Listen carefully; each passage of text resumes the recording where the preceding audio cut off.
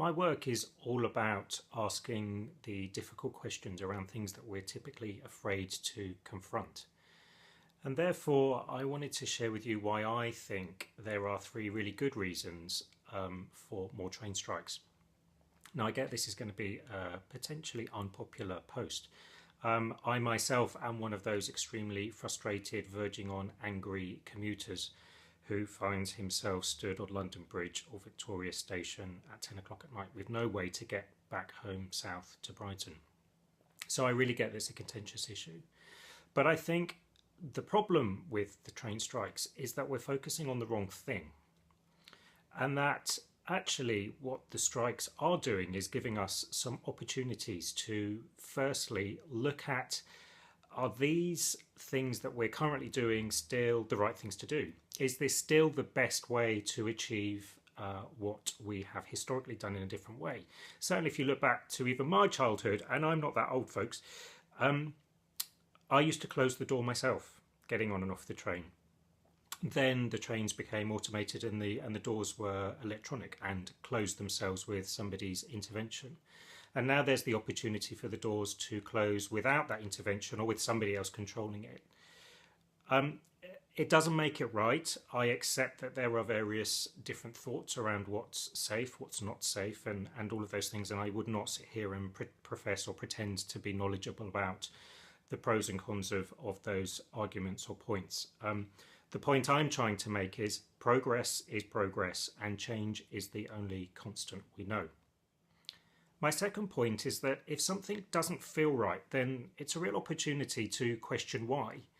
And I think all too often in life, we breeze along, maintaining the status quo, just carrying on doing things in the same way, thinking that because it's always been done that way, it's still the right thing to do. And more often than not, it isn't. And the reason this is important for me is because I come across many people in my career, in my work, who are in a job that they don't really want to be in. Or they're in a relationship that they don't really want to be in, but they've been spending their entire life complying to other people's expectations and norms, societal norms, family norms. And they find themselves at a certain point in their life where there's a sense in their gut, a real gut feeling, some people might call this even a midlife crisis, where they believe what they've been doing or what they're currently doing no longer serves them.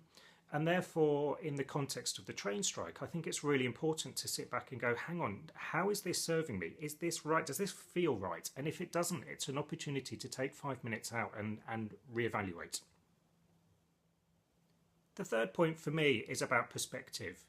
And all too often when you hear about industrial action and you hear about negotiations and mediators, ACAS getting involved, we're looking at things from a very polarized perspective. And this is actually a bit of a pet hate of mine at the moment, because we talk a lot in politics around the opposition, the sense that there's only a one way or another way to do things. There's only ever left or right. There's only ever black or white.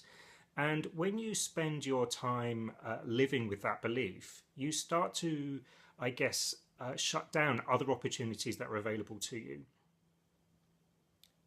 I think the biggie for me here is around the question of automation in itself. And actually, as things progress, if that's the word we want to use, or change, certainly, knowing again that change is the only constant, what's going to happen to those people who have historically done those roles or carried out those activities when those jobs are no longer available? And I think the thing that's really missing in this whole discussion around the Southern train dispute, and I say Southern, but between the union and the operator, is the question around what next. We're busy looking at how do we resolve the immediate problem, but we're not thinking 5 or 10 years out. I guess from the union's perspective, from the workers' perspective, there's a question around, well, what does that mean for my job? But there's also, what's going to make those people's lives meaningful in the future? Who at a government level, at a societal level, at a global level is saying, as the world becomes more automated, how is that going to impact people's ability to earn, people's ability to connect, the relationships that people have, the interactions that we as humans enjoy having on a day-to-day basis? And I think there's a real opportunity here to be asking some much, much bigger questions about the impact of such changes as being proposed on the trains here, on society as a whole, further on down the line. If your role in your company or in your life, in your family, or in society were to suddenly change due to automation or some other thing that you were unable to control, how would you create value in your life moving forward?